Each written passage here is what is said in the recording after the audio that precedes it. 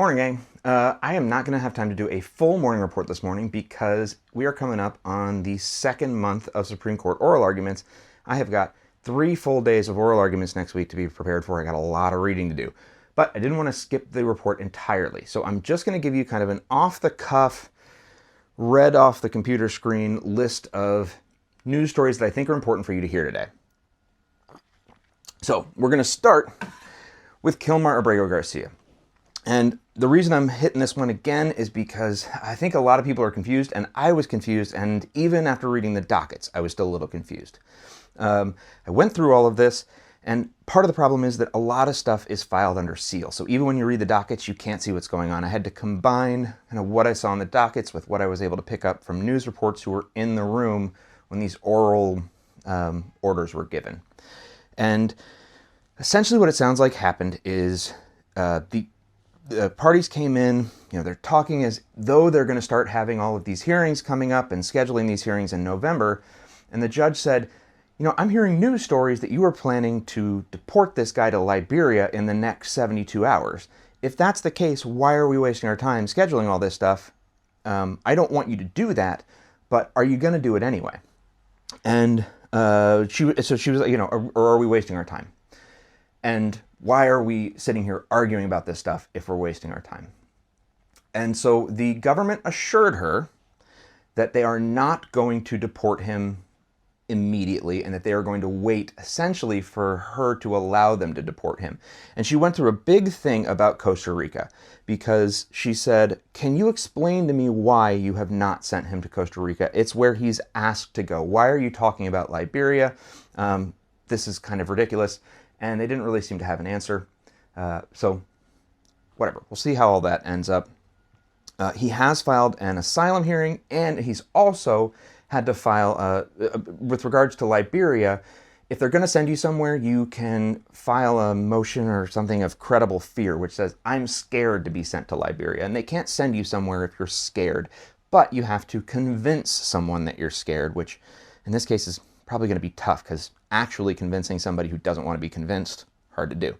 But that is, I believe, the stage that they're in right now. Otherwise, there's all this other stuff going on. He also has his criminal trial coming up, and there was an evidentiary hearing, and the judge in his civil trial said that trying to deport him right before the evidentiary hearing in his criminal trial, as she said, did not pass the smell test. She said, this stinks. So anyway, that's where we are right now, which again, still a little confusing, but hopefully that clears up some of it.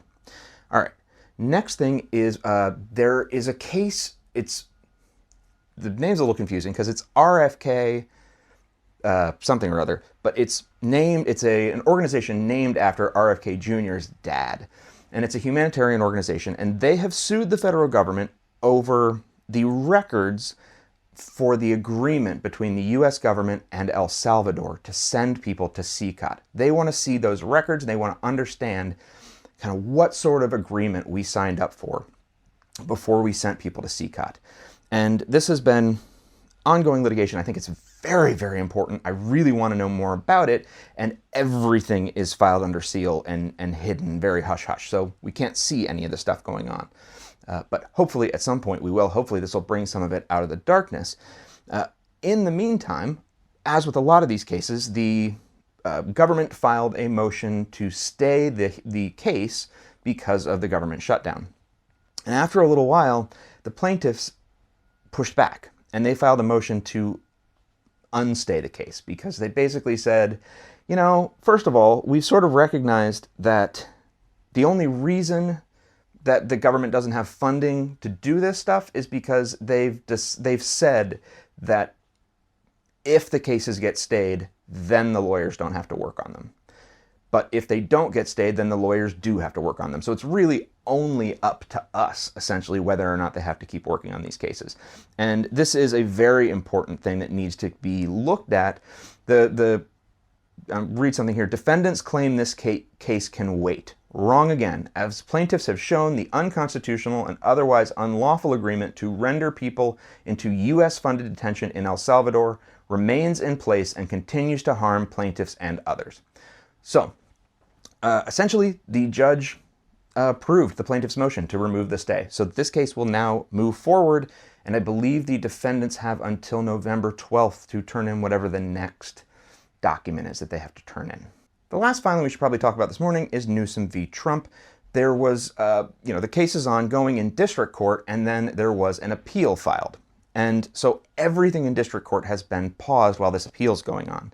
And the plaintiff said, or somebody said, it must have been the plaintiffs, said, that appeal is about kind of this issue over here, but there's another issue coming up. Can we go talk about that? Because everything here shouldn't be paused just because this one appeal is going on.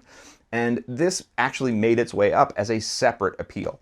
And a 3-judge panel in the Ninth Circuit agreed. They said, you are correct. There's for example, a temporary restraining order or a preliminary injunction, there's an appeal to that, but that does not mean that the case can't move forward. So the case should go back, hit play, let this case move forward on the merits or whatever the next stage is on the next thing, and just keep moving. And so that is what should now happen, and Newsom v. Trump should start moving forward again, even though this issue about a preliminary injunction or whatever it was is going to remain on pause while we wait to hear an answer from the appellate court.